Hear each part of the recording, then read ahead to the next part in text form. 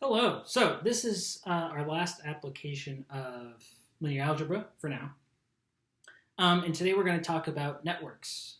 So this is actually sort of the most related to the research I do, although the specific topics we're going to be talking about is a little different from what I do working with networks. So we can use networks like this one to model a lot of real life things. Like I'd mentioned, you can use them to sort of model the internet. In a way where these nodes or these points here that I've drawn. So each of these dots we call a node. Could model a website, and then you could draw edges. And so here, each of these edges either connecting a node or sort of going out from a node. Could model, if two websites have some sort of link. What we're going to talk about today is how we can use directed networks. And so this is where a directed network, the edges have a direction. So notice each of these edges has an arrow pointing in some direction. There's an identical picture drawn in the worksheet as well. And so this could potentially model, for example, traffic flow at a certain freeway interchange.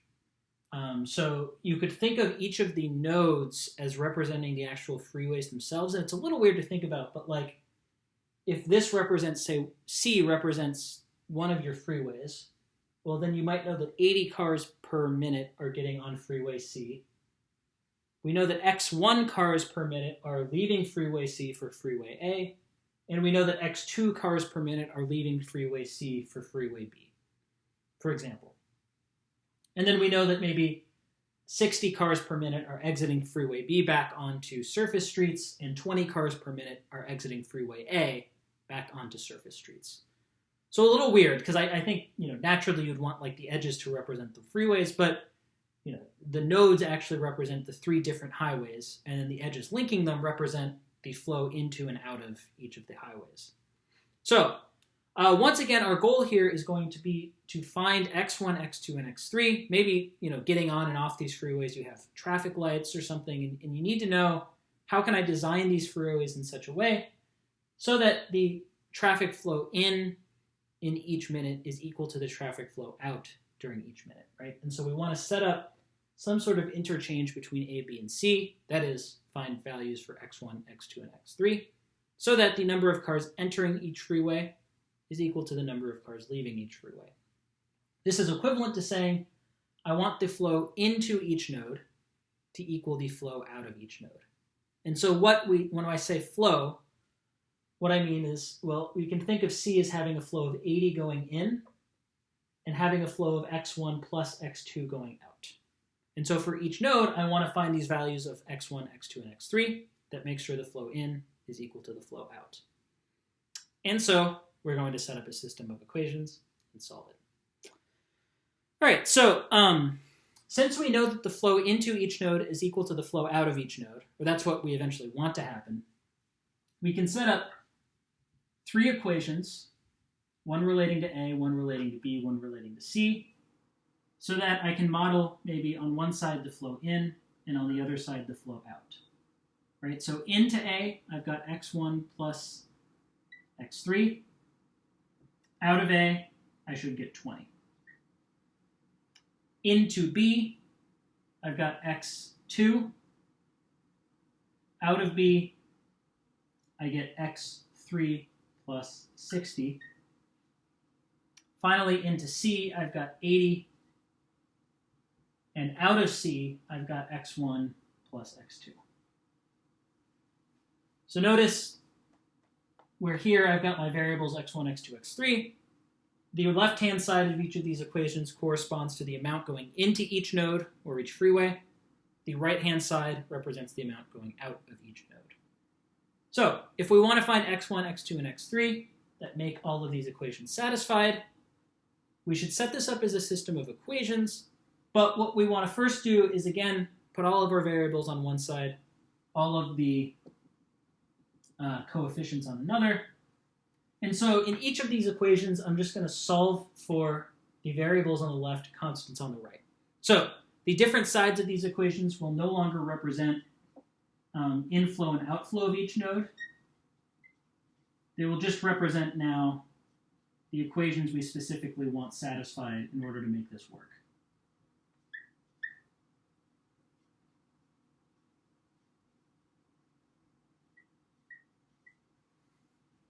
So notice I've just sort of reshuffled things so that it's easier to solve.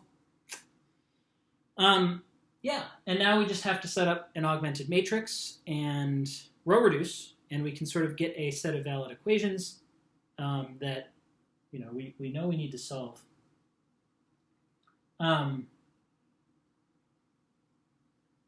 So setting up the augmented matrix here.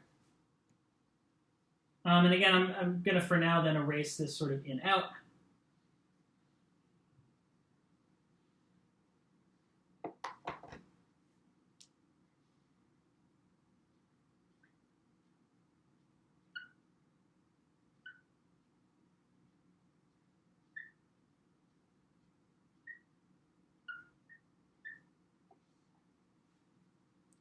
All right, and we want to row reduce this. So first thing I'm going to do is negative row 1 plus row 3.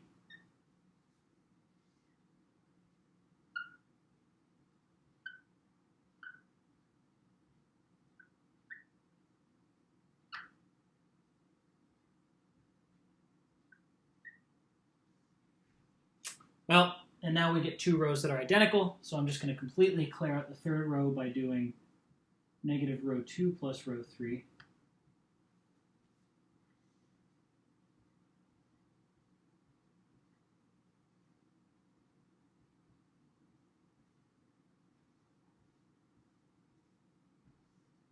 And so this corresponds to the following.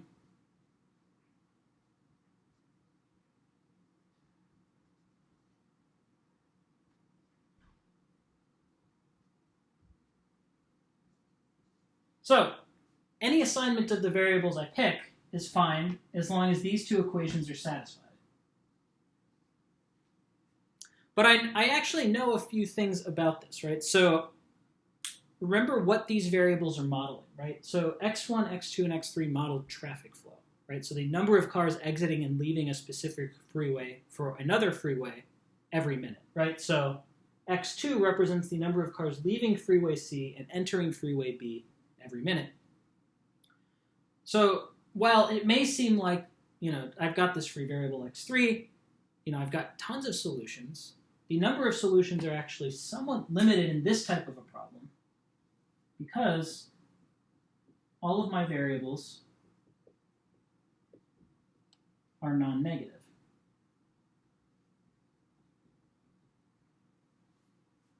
And so the reason for this, again, is you have to remember that they're modeling something that can't possibly be negative, right? I can't have negative number of cars entering a freeway. And so remembering this, I actually have a few more restrictions on the number of solutions that I can find. Of course, there are still multiple solutions, right? So for example, I could say, well, I want only 10 cars going across this interchange per minute because maybe, that interchange is close to a residential area and we don't want too much noise. Maybe this interchange involves some sort of stoplight in between where there's a crosswalk, so we don't want too much backup there. Maybe this interchange is very slow, so we want to sort of model this so that there's not going to be too many cars backed up on there at once. But then we have to then account for the other two interchanges to again make sure that we don't have any traffic jams anywhere. But so there are some restrictions on the values of the variables. And so this is actually sort of, I'll take question 3 one step further. So question 3 just asks, assuming that all the flows are non-negative, what is the maximum possible value that x2 can achieve? I should actually be able to bound all 3 of these variables, both lower and upper, I believe. So let's see why we can do that.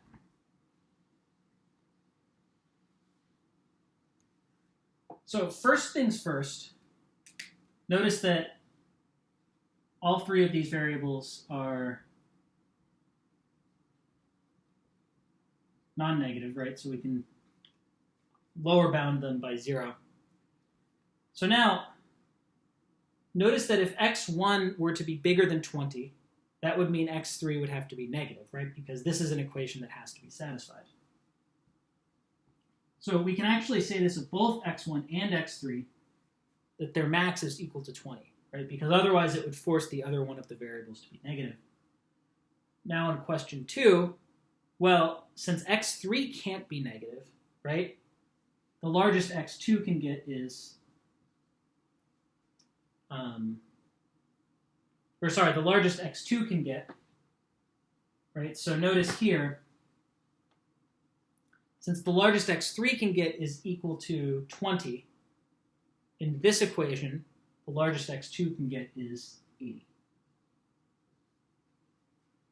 So that is like if x2 was any bigger than 80, then that would mean x3 would have to be bigger than 20, and we've already shown in equation 1 that's impossible. So x2 can be at most 80, x1 and x3 can be at most 20. And you could see why this is important if we were working with freeways. Like, given that the most traffic flow we can have through x2 is equal to 80, if we need to close, say, road x1 or x3 down, we might have some idea of how we need to sort of divert traffic or direct traffic.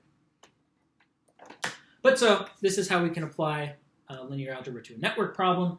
We can set up a system of equations representing inflow and outflow from each of these nodes. And in fact, I just presented one sort of example of how networks like this are applied, but you could certainly apply this to sort of supply and demand chains, where if you've got people transporting material to a specific place, you want the amount of material coming in and out to always be equal. There are tons of applications to modeling things with networks like this and then balancing the amount of flow going through the network. So that wraps it up actually for section 1.6. Next up is section 1.7.